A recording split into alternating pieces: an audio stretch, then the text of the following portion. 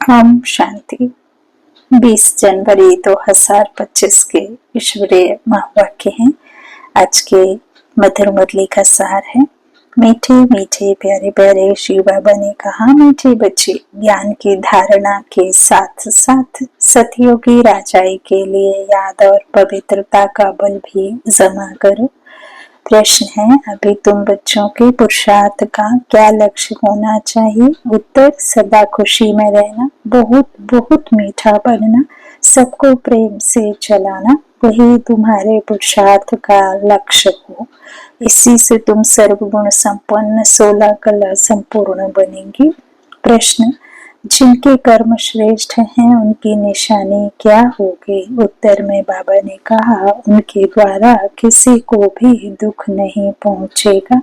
जैसे बाप दुख हरता सुख करता है, ऐसे श्रेष्ठ कर्म करने वाले भी दुख हरता सुख करते होंगे।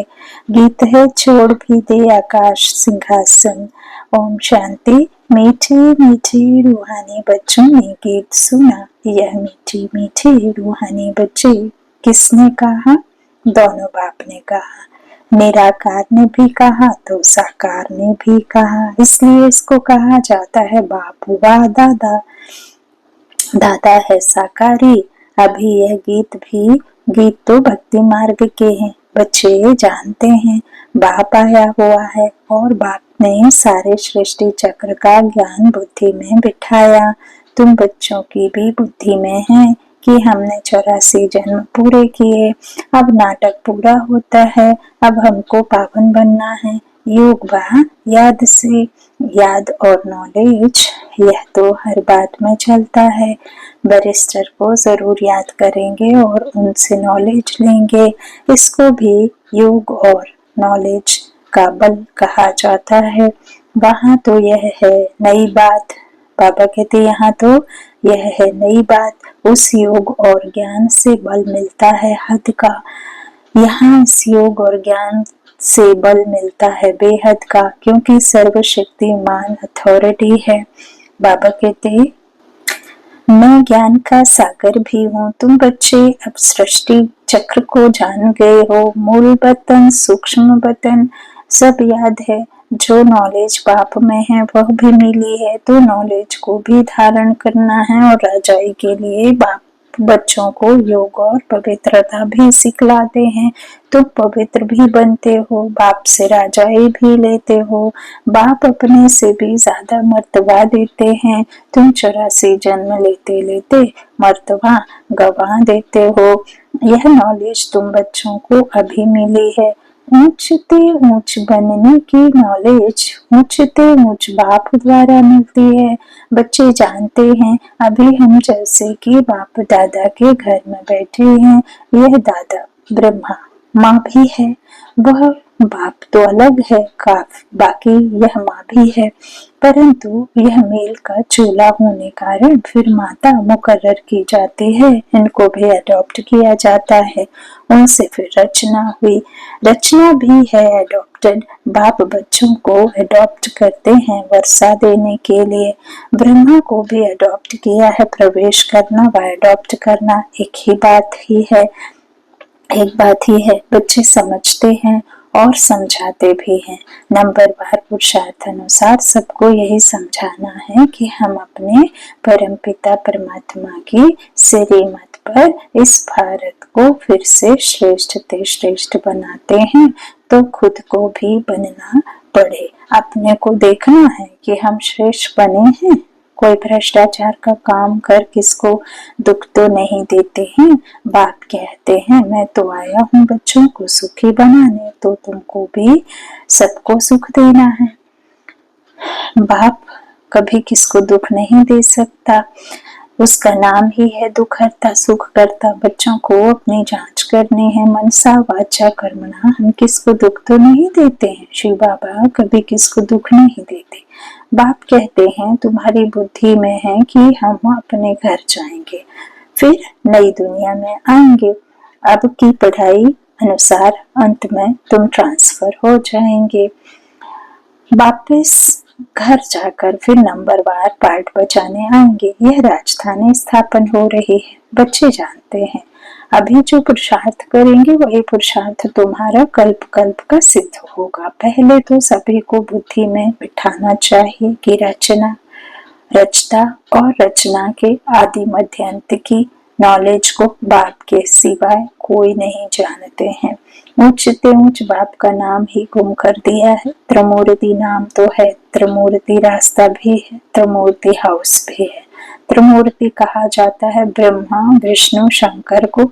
इन तीनों का रचयिता जो शिव बाबा है उस मूल का नाम ही गुम कर दिया है। अभी तुम बच्चे जानते हो ऊंचते ऊंच हैं शिव बाबा, फिर है त्रिमूर्ति। बाप से हम बच्चे वर्षा यह लेते हैं। बाप की नॉलेज और वर्षा यह दोनों स्मृति में रहें तो सदैव हर्षित रहेंगे। बाप की याद में रहे, फिर तुम किसको भी ज्ञान का तीर लगाएंगे तो अच्छा असर होगा, उसमें शक्ति आती जाएगी। याद की यात्रा से ही शक्ति मिलती है। अभी शक्ति गुम हो गई है क्योंकि आत्मा पतित तमो प्रधान हो गई है। अब मूल फिक्रात यह रखनी है कि हम तमो प्रधान से सतो प्रधान बने। मन मना भाव का अर्थ भी यह है। गीता जो पढ़ते हैं उनसे पूछना चाहिए मन मना भाव का अर्थ क्या है। यह किसने कहा मुझे याद करो तो वर्षा मिलेगा। नई दुनिया स्थापन करने वाला कोई कृष्ण श्री कृष्ण तो नहीं है, वह प्रिंस है। यह तो गाया हुआ है ब्रह्मा द्वारा स्थापना। अब करण करावनहार कौन भूल गए हैं।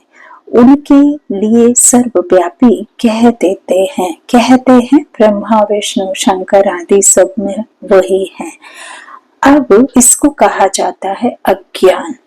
बाप कहते हैं तुमको 5 विकारों रूपी रावण ने कितना बेसमझ बनाया है तुम जानते हो। बरोबर हम भी पहले ऐसे थे। हाँ, पहले उत्तम भी हम ही थे, फिर नीचे गिरते महान पतित बने।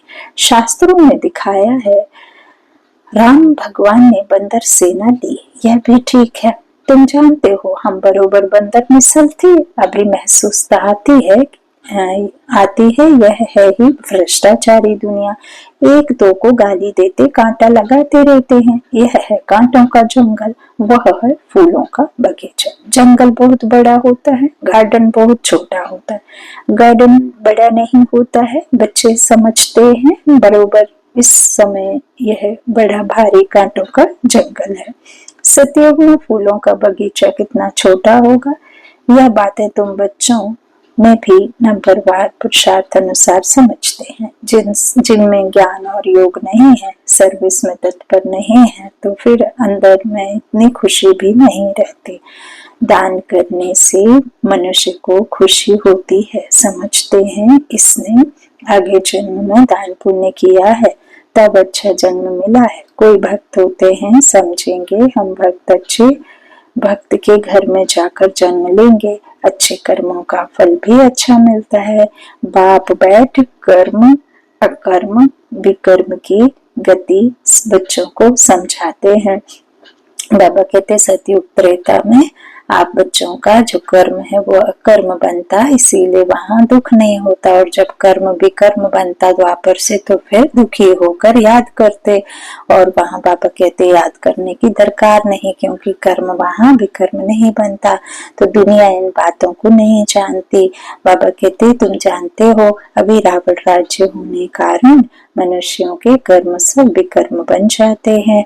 पतित तो बनना ही है। 5 विकारों की सब में प्रवेशता है। बलिदान पुण्य आदि करते हैं, अल्पकाल के लिए उसका फल मिल जाता है, फिर भी पाप तो करते ही हैं। रावण राज्य में जो भी लेन देन होती है वह है ही पाप की।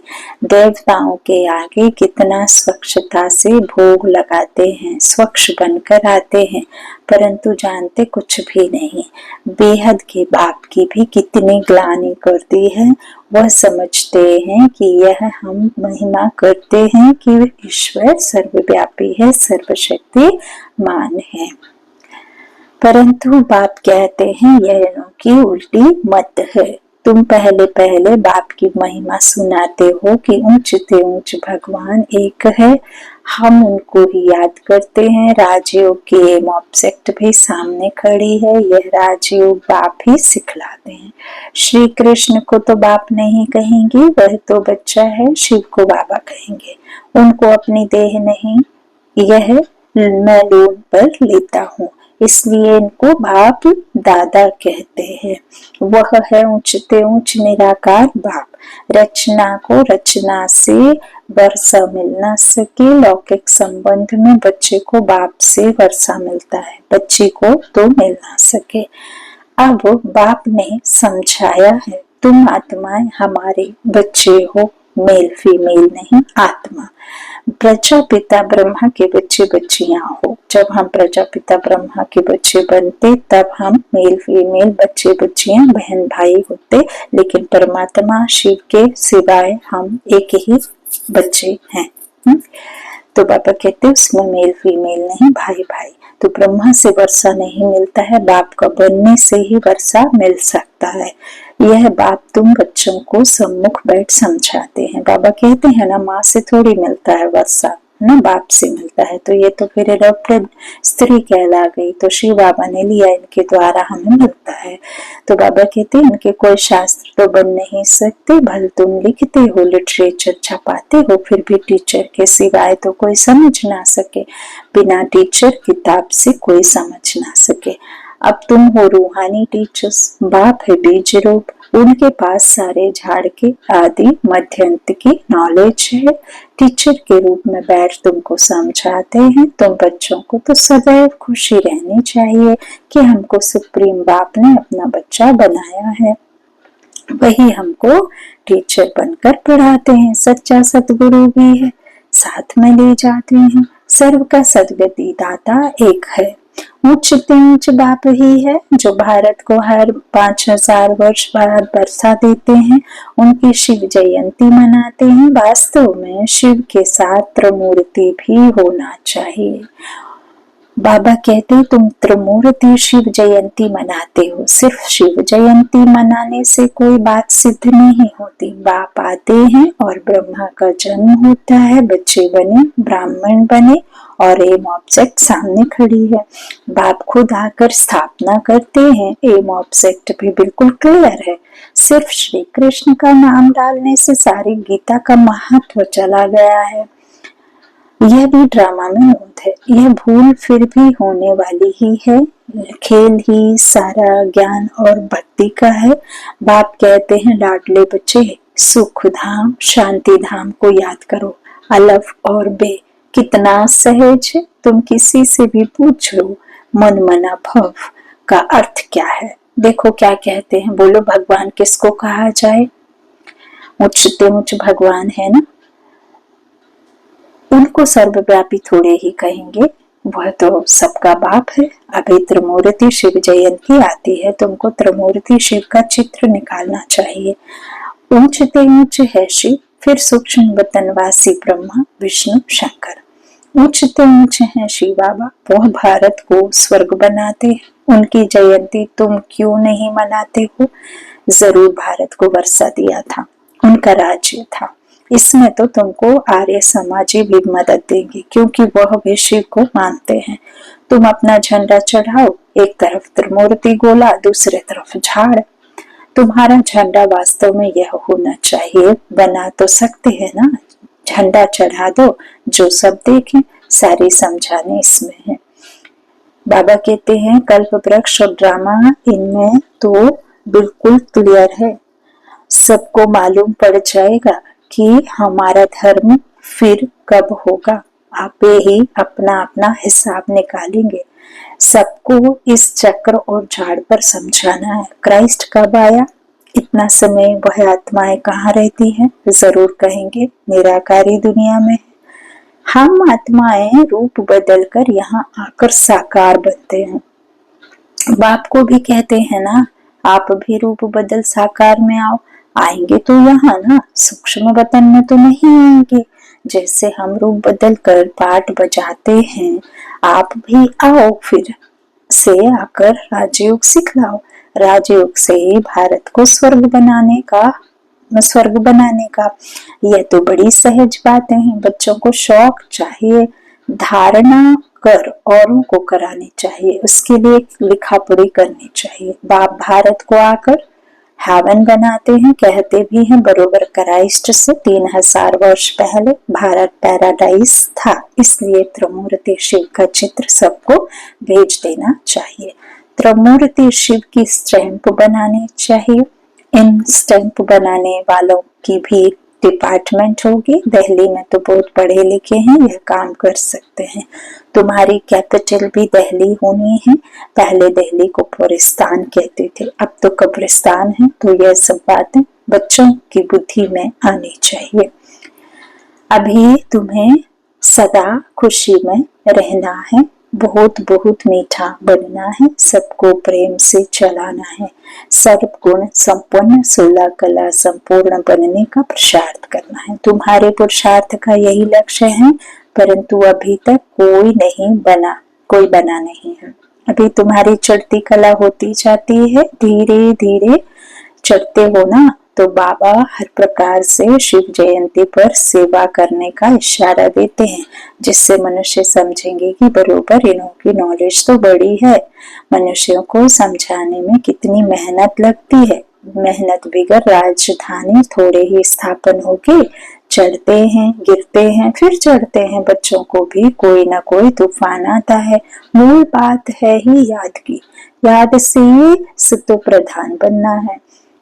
बुद्धि सतो प्रधान परमात्मा की याद से बनेगी। याद से क्या होता है, हमारे अंदर में शक्तियां आती हैं जो हमारी कमजोरी और पुराने गंदे संस्कारों को खत्म करती हैं, और वो सच्चे और अच्छे और स्वच्छ बुद्धि बनाने वाले संस्कार हमारे में पवित्रता के गुण आने शुरू हो जाते हैं, जिससे हमारी आत्मा की मैलापन उतरता है। तो बाबा कहते याद से ही तुम सतो प्रधान बनोगे। नॉलेज तो सहज है, बच्चों को बहुत मीठा बनना है। एम ऑब्जेक्ट तो सामने खड़ी है, यह लक्ष्मी नारायण कितने मीठे हैं, इन्हों को देख कितनी खुशी होती है। हम स्टूडेंट की यह एम ऑब्जेक्ट है, पढ़ाने वाला भगवान। अच्छा, बाप दादा का याद प्यार मीठे मीठे सिक्किला दे बच्चों प्रति। माता पिता बाप दादा का याद प्यार और गुड मॉर्निंग। रूहानी बाप की रूहानी बच्चों को नमस्ते। हम रूहानी बच्चों की रूहानी माता पिता बाप दादा को याद प्यार और गुड मॉर्निंग। शुक्रिया बाबा। धारणा के लिए मुख्य सार। पहला बाबा ने कहा, बाप द्वारा मिली हुई नॉलेज और वर्षे को स्मृति में रख सदैव हर्षित रहना है। ज्ञान और योग है तो सर्विस में तत्पर रहना है। दूसरा, सुख धाम और शांति धाम को याद करना है। इन देवताओं जैसा मीठा बनना है, अपार खुशी में रहना है। रूहानी टीचर बन ज्ञान का दान करना है। वरदान दिया बाबा ने, देह संबंध और वैभवों के बंधन से स्वतंत्र बाप समान कर्मातीत भव, जो निमित्त मात्र डायरेक्शन प्रमाण प्रपत्ति को संभालते हुए आत्मिक स्वरूप में रहते हैं, मोह के कारण नहीं। उन्हें यदि अभी ऑर्डर हो कि चले आओ तो चले आएंगे। बिल्कुल बजे और सोचने में ही समय ना चला जाए, तब कहेंगे नष्ट मोह। इसलिए सदैव अपने को चेक करना है कि देह का संबंध का वैभवों का बंधन अपनी ओर खींचता तो नहीं है। जहाँ बंधन होगा वहाँ आकर्षण होगी, लेकिन जो स्वतंत्र हैं वे बाप समान कर्मातीत स्थिति के समीप हैं।